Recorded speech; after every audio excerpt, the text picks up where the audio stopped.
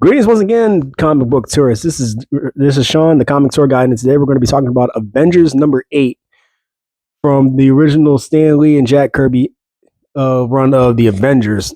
This is going to introduce the first appearance of Kang the Conqueror.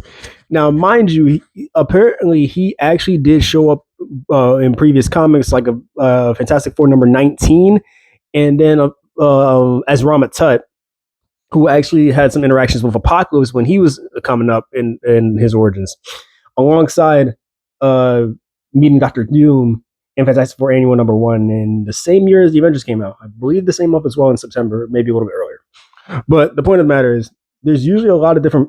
Also, take another note is that Kang comes from a different universe technically due to a lot of his time traveling antics. But the main one that you usually see, regardless of his incarnations, they usually hail from Earth 6111, and they usually relate to Kang in different phases of his timeline. They don't say what version, what specific time, which is why sometimes he even asks his other characters what era in their history it is. But take note, 6311 is the Earth that he and his similar variants come from. But anyway, this episode, or at least this issue, begins with the Avengers getting a call from the Pentagon to immediately respond to some unknown flying object hovering over some quiet overpass of woods. Now, mind you, when the ship does open up, Kang the Conqueror appears, and his main message is clear: I come from the future. I've came here earlier on and dealt with and conquered multiple other civilizations under your noses. All civilized countries surrender, or I destroy your world, or rather, I take it by force. Now, when you have a team like the Avengers come up, that they aren't going to take that lightly. But when they come up, Kang is just shown on an invisible, like, floating chair, because as far as he knows, there's something he has to worry about. So when the Avengers come to attack him, he makes quick work of all of them. No problem, because his technology is so advanced compared to what theirs were at the time, the 1960s and 50s ish. Like you said, they might as well have been cavemen, like primitives, with how they were coming at him. It was not only that, but everybody besides the Wasp were eventually just captured and sucked into his ship. And then he repeats once again: surrender yourself to me, all countries of the world, or I'll just take it by force. So while he's doing that, the Avengers are trying to escape. Ant-Man / Giant Man is trying to alter his size. It's not working. Thor was transformed back into his Donald Blake persona and can't change back due to the force fields that's keeping it away. And the electromagnetic pulses that these shields are emitting are affecting Iron Man, including his iron heart, his heart respirator. So if he stays there any longer, he might die.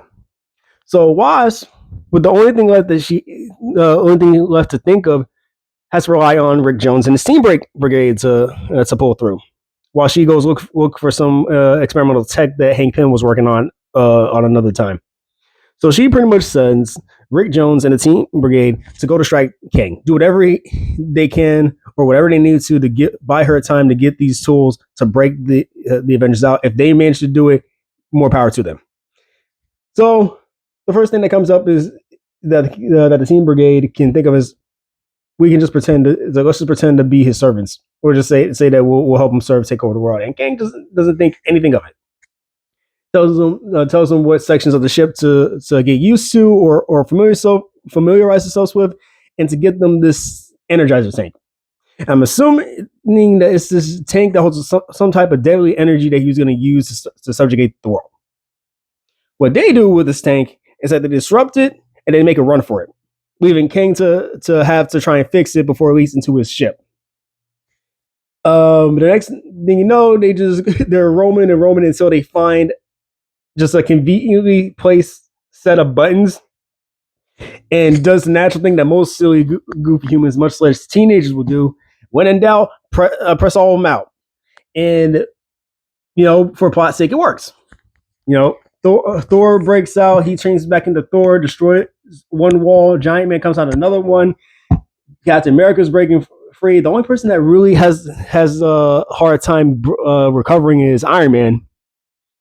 And Wasp comes in with some experimental gun, which shoots out acidic solvent. Because originally, when they were fighting Kang, Thor is hitting him with everything he has from Mjolnir, shooting lightning blasts and all sorts of things. And Kang is either transporting it to different timelines, he's either deflecting any blaster attacks with his force fields. But it's with the combined efforts of this special gun that can erode through even futuristic shields, and Thor pouring on his lightning-based attacks to where they finally broke through the shield and it corroded Kang's armor when they next saw him, like just as soon as they regrouped.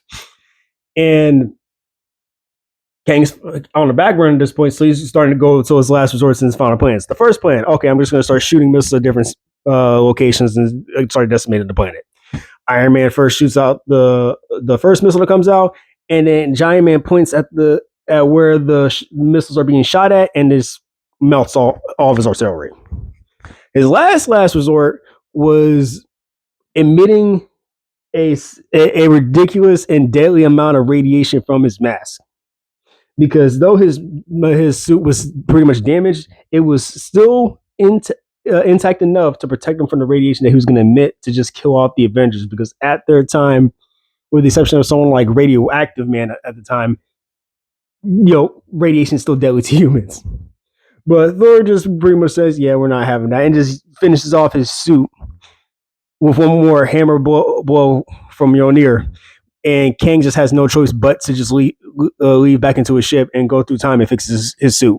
And just from there on out, up until in a couple issues later, he would just keep an eye out for the Avengers and find any type of loophole or chance to get back at them.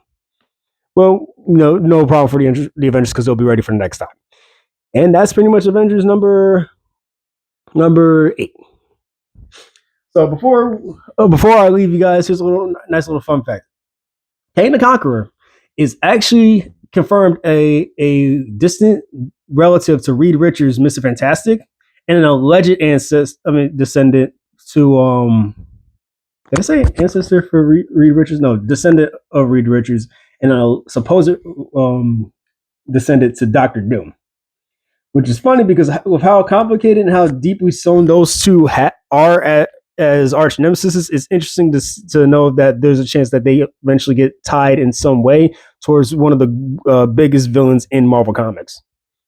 So yeah, thank you guys for taking a trip on the tour bus again. Leave a like, comment, subscribe, and let me know if you guys have any suggestions for what I should look into next. I will be adding pictures as things go by, but so this will be hopefully my last week when it comes to posting videos with just my Fugly mug on. But thank you guys for bearing with me and riding with me on this journey that I'm starting to figure out YouTube. All right, peace out.